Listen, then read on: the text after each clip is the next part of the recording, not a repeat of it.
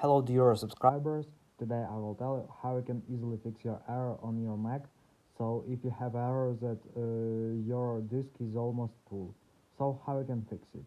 So now for fixing it you just need first thing go to Launchpad and just find in other apps, just open other and here you will see disk utility, so just open it and here you will find your hard drive, so your system, and you will find how much you have free space and how much is used, and also you will understand what kind of info you need to delete from your computer, some unnecessary programs or files. So just close this and just go again to Launchpad, and here you will find all of your apps that you install on your computer.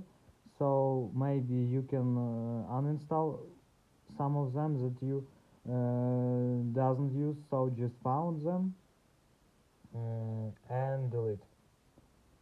So after you will delete some files, so for example I will show you an example of this file image.